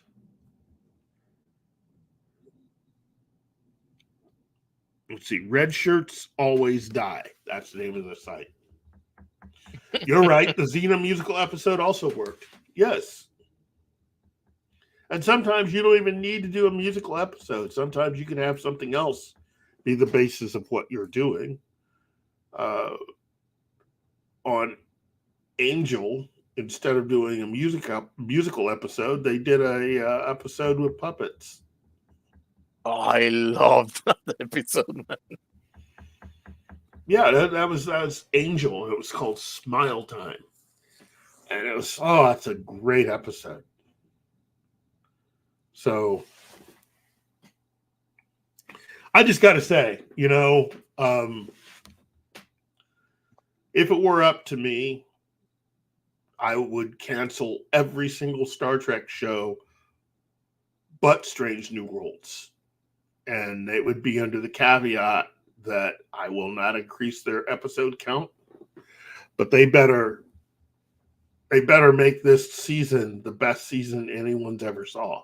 Start writing episodes and storylines for people who have always been Star Trek fans but couldn't go down the road to follow you guys.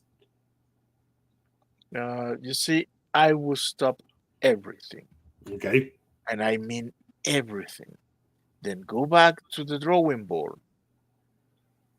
And don't come back until you have something solid. Start with just one show, but make it good. Take your audience back. That's what I would do. Yeah. Don't try to salvage something that is rotten. Start fresh. You are correct. That is a good way of going. We're having problems on X.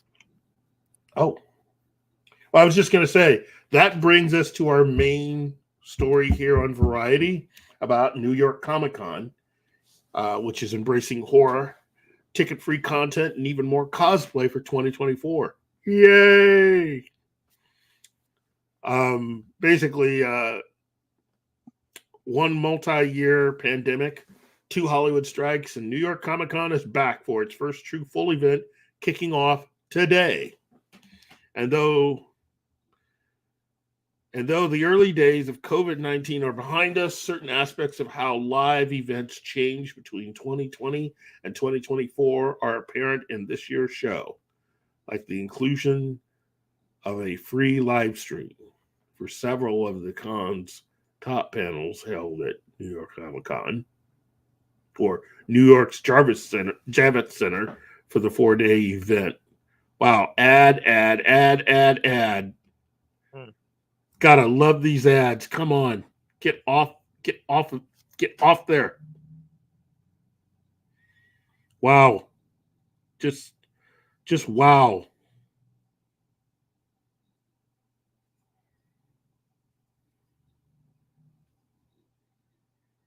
Okay, while some might see this as giving away free content for a ticketed event, New York Comic Con owner Reed Pop views it as a worthwhile business decision to maintain relationships with customers.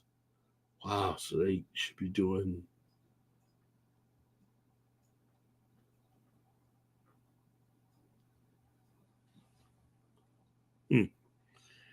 here we go. Finally. Okay.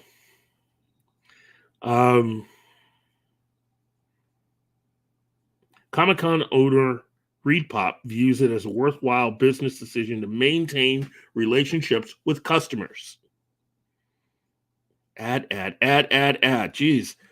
I think there's a lot of benefit for us to make our content accessible for fans that aren't able to come, event director Christina Rogers told Variety. And I'm a true believer in New York Comic-Con brings the best of pop culture to the world, whether you're in the building or not. And if you're in the room, you are getting access to things that the studios aren't going to want to have us stream, and moments behind the scenes, and an extra level of joy, and an extra level prestige. And then for people that are watching online, they get to have the same access with just a little bit with just a little bit less, and hopefully next time they can join us in the building. Wow. Let's see. Panels on both the main stage and the Empire stage will be available for viewing in real time on Reed Pop's Popverse through a new deal with production partner Paragon Creative Agency, which previously facilitated the Grammys live stream.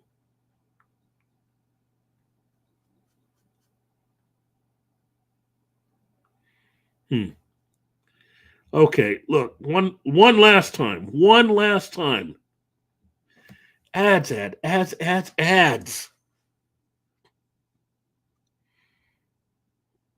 Ah! I'm done. Variety, you're killing me. You are killing me, Variety, with all these ads. Wow. I was hoping we'd be friends, Variety. So basically, New York Comic Con has already started. And it's Thursday, everybody. So if you're someone in the New York area, go. Have some fun. For many, I mean, this is it. You know, this is the end of the convention season.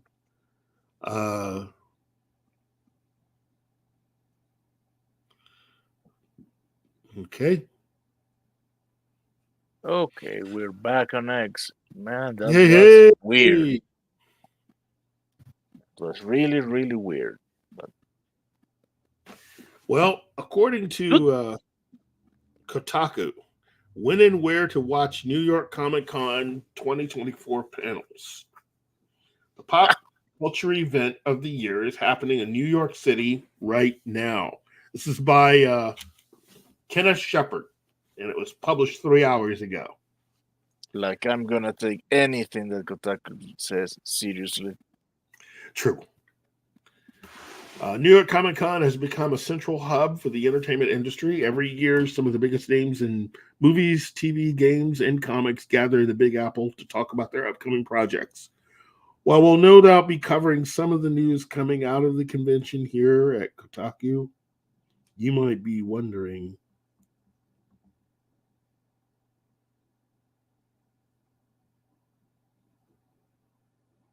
Keith? Yeah. I'm trying to get my phone to respond here. Figure I'll just try to use my phone to get through the ads, and I'm getting waylaid. Wow, I'm not winning here. I am not winning this. They obviously not want me. They do not want me to report on this. Ads are your friends. No, they're not. They're evil. Evil ads. Evil. From the eighth dimension. Oh man.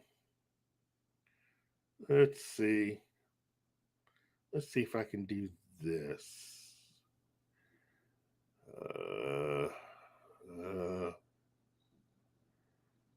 Let's see if this will make this.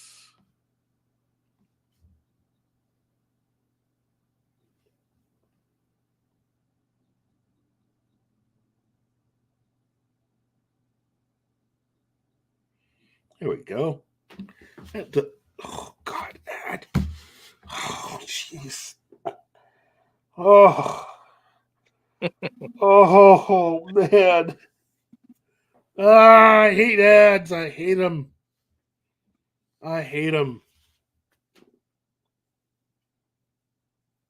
Wolverine 66 says, the only upcoming con I'm interested in is, I believe, the CCXP for the potential Superman teaser. Hopefully it's 3 minutes to get a good sense of tone.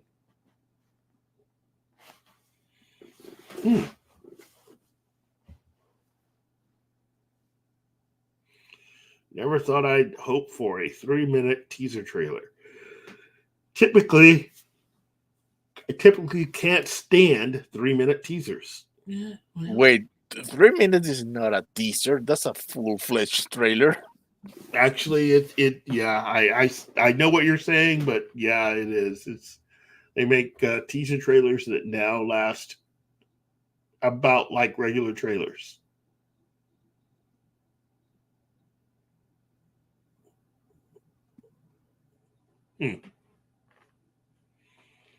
Okay. Looks like I can't get into this. But basically... Okay, wait. Do you need me to show the schedule? Sure, if you've got it. Oh yeah. Oh, give me a second. Press, Present. Blah blah blah. No. Let's get this. And there it is. Hey, there we go. Whoops. Let me take this down. Okay. Okay, so that's East Coast time, so 11 a.m. to 12. So that's already Happened. passed. But the 12:45 to 2:15.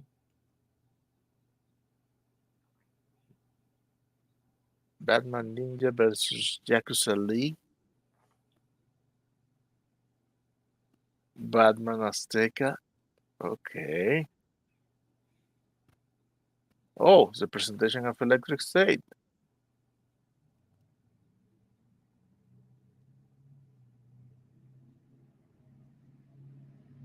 The Electric State is slated for March 2025. So creating hype preemptively. Okay. Rick and Morty season 8. My God, they're still doing that. Season 7 was the end of that. Once you get they got rid of the guy who made the voices and the jokes and everything. Yeah. That show died. It was dead at the third episode of the seventh season. Yes, it was. It was awful. You cannot fire your main talent and expect the show to survive that. Good point. Good point. Yeah, it never works out.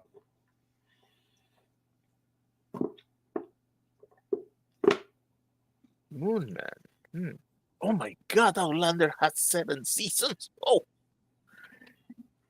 Oh, I didn't know. My wife is a fan of that show. Well, you got some good news for her. Yeah.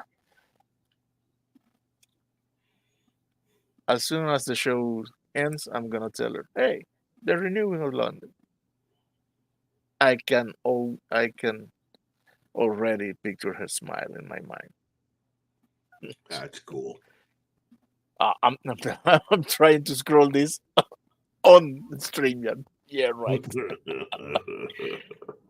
Okay, and this is for tomorrow. Wow. SpongeBob, Lord of the Ring, The War of The Lord. Oh. Yeah, that's the new animated one. Although, what I heard was this is more of an extension of the Peter Jackson version of Lord of the Rings. But Anne Sarnoff got her hands on it as she was leaving out the door. And so it's been sprinkled with some The Message. yeah. It might as well just be attached to Amazon. So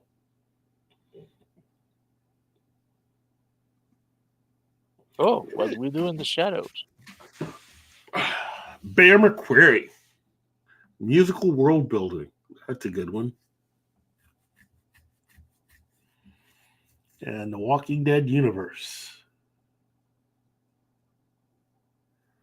And for the fans, there's a panel from One Piece. The animation. Okay? Yeah. Not the live action adaptation, which I heard is very good. Saturday. Okay. So Simpsons, Star Trek universe.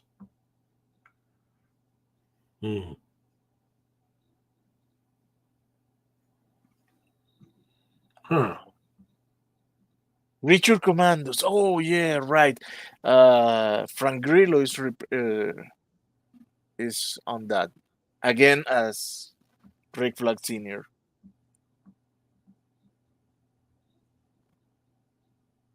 Goes. I don't have any idea how. Whatever. Oh, and a cosplay championship. That's cool.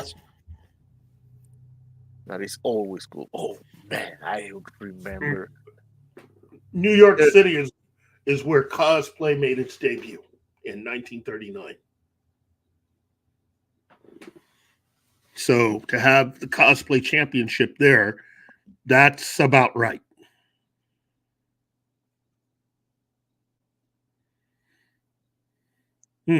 Matt Smith, Fabian Frankel, and Tamlin Carney. I wonder what they are going to talk about.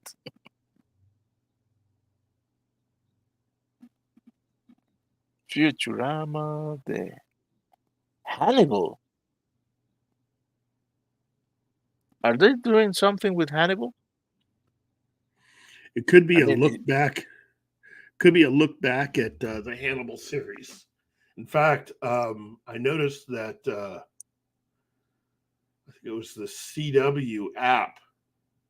They have the Clarice series already on the CW app, which is for free wherever you which like to was a get your. disaster.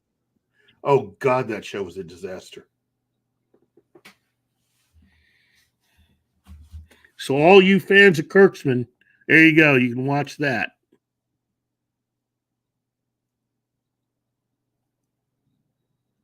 On-demand panels. Nice.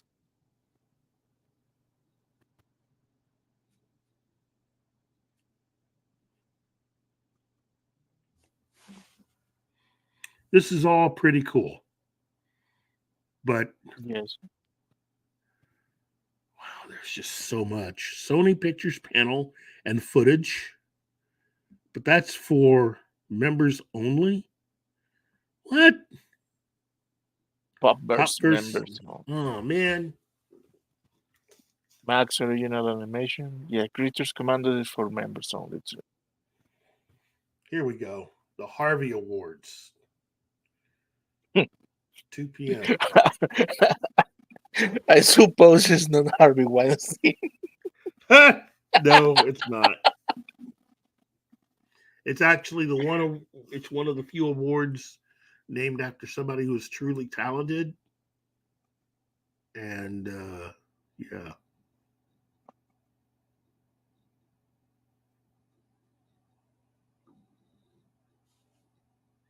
Nice. Now, Wow. Wolverine 66 says the Alex Cross show looked good. I hope so. I'm a fan of the run of Alex Cross's movies by Mhm. Tyler Perry. I like Mhm. him. I don't care. Even the Morgan Freeman one. True. I like that character. I haven't read any of the books, mea culpa. I have only seen the movies, and I like that character. If they're gonna do a show about it, I hope, really hope. I have good expectations, but I don't know anything about the showrunners or that. It would be weird for me to see a somebody else playing Alex Cross because in my mind he became Tyler Perry.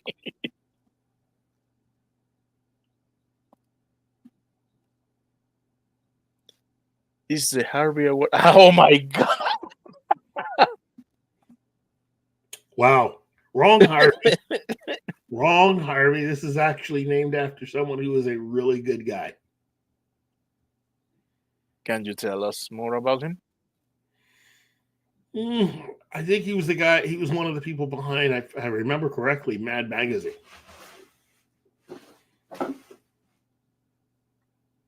So,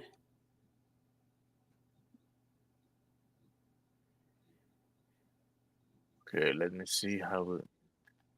Oh, oh, Cross is a TV series which has projected to have 11 episodes, and Alex Cross is played by none other than Aldis Hodge. Okay, I'm in.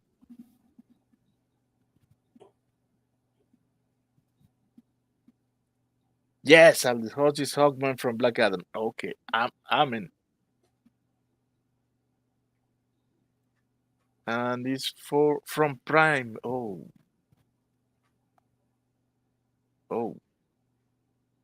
that's a purple flag.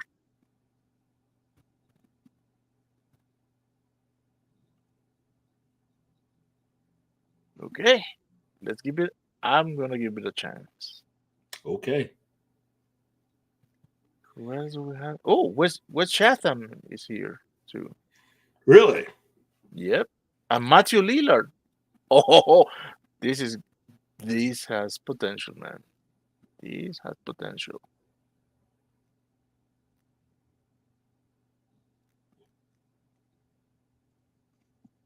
Yeah. Hmm. By the way, do we have any news? Anything Marvel related? Or they are Let's still see. Hold on. Let me check. Hopefully, this will be without ads. Let's see. Oh, you know what? Let me dig this up here. Okay. So there's a post by a friend who had found all of these. Here is a list of all of the TV projects that are currently in development right now for the MCU. Hawkeye season 2, Moon Knight season 2, Ms. Marvel season 2, The Punisher, World of Wakanda, Wiccan and Speed, White Tiger, Scarlet Scarab, Untitled Animated Fantastic Four spinoff, X-Men 97, season 2 and 3, Xavier School for the Blind, Youngsters, Maniac, and oh, sorry, hold on. Xavier School for Gifted Youngsters, romantic, drama, target audience is teenagers. The Hood, The Sentry, and Power Pack. These are all possible or upcoming events for the MCU as far as television is concerned. So there you go. yeah, I think they're gonna stay out of the big screen for a while till they get their stuff together. Hmm. Well, Well, allow me to get back to yeah. DC. I need my soapbox. Uh-oh. Yeah, I have to. I'm Go ahead. sorry. Let it rip. Let me see if this one. That's a nice, cute little doggy who is not crypto. That's true. I mean, just think about it. What we saw in Man of Steel, the radiation of the yellow sun, they supercharge the muscles of the Kryptonians, right? Keith? Yo. So, apart from the shabby look, yeah, I don't I don't want to be misunderstood here. Yeah. It's a nice dog. It's a dog that you could spend your afternoon playing with and loving it for the rest of his life. But that is not how we are used to be to see crypto. Now, seeing that the yet our yellow sun would make crypto be a he had to have that the same results that Kal-El. So Mhm. Crypto should be a muscular dog. And for that, I propose that the breed from Crypto should have been an English Bull Terrier. I don't know if you have seen those, but uh, okay, I'm partial to that breed. That wasn't the breed of mm, my my beloved doggy who's passed away. But man, that dog was pure muscle. Cool. And I think that they should have gone with that. Or at least not a scrawny dog. And that is all I have to say about this. Oh my. Well, it's a good picture. Yeah. It's a good picture of the wrong dog. But it's a good picture. It captures the essence. Essence and Uh the imagination. yeah, so but I still think Sub should have been petting Crypto.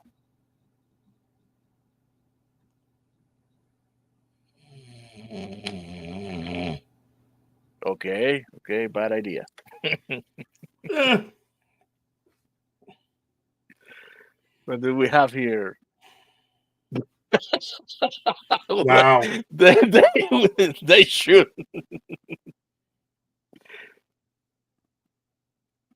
Oh my god. Well, I think it is time for us. To wrap it up. Yeah. Yes. There is a lot of information. I want to apologize that I couldn't seem to get a lot of these stories going. But on the other hand, You saw a lot of ads. I saw a lot of ads. I am your ad king today. Wow. Look, basically, Netflix is just basically in the lead. They are killing it, and Marvel's trying to keep pace. And that's fine, you know. It's just that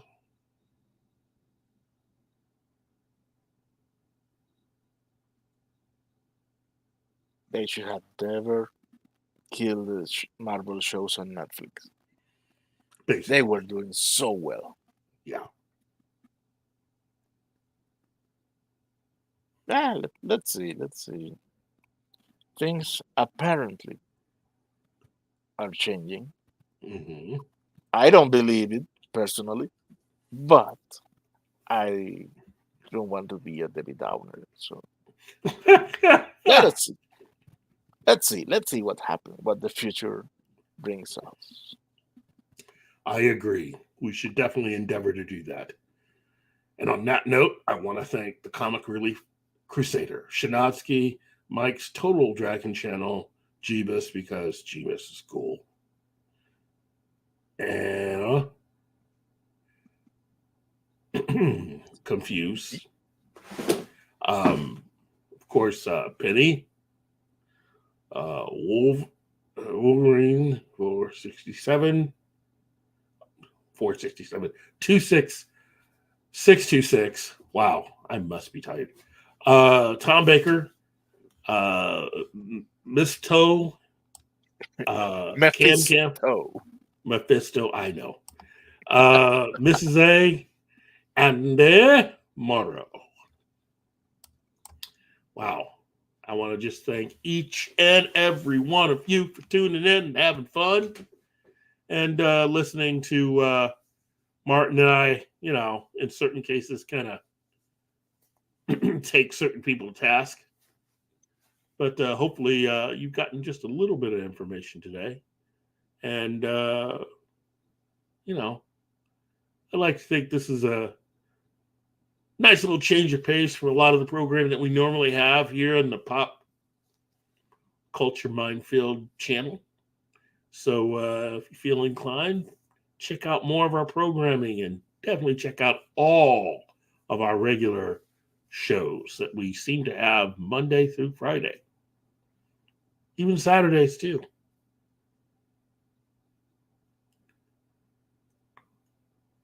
And Well, Martin, well, I want to wrap the show, leaving the invitation for today at 3 p.m. Central, when we're going to talk about Silver Bullet. Oh, yeah. Stephen King, baby. Yeah, it's a fun little werewolf movie. Little. Wow. Yeah, hour and a half is little. Okay. Okay. But it's I saw that movie before the 90s. It says what 95. Well, I saw it before the 90s, and I haven't seen it since it. I haven't seen it since Yeah. until this week.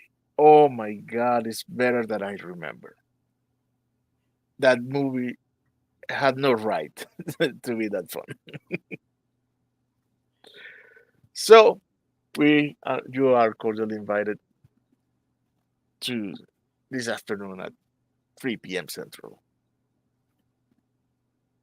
to enjoy our discussion about it. Okay. And that's it. With that, Well, then, on behalf of myself and, of course, Martin here, thank you for enjoying Morning Coffee with Keith and Martin. And we hope everyone out there has a fantastic day. see ya.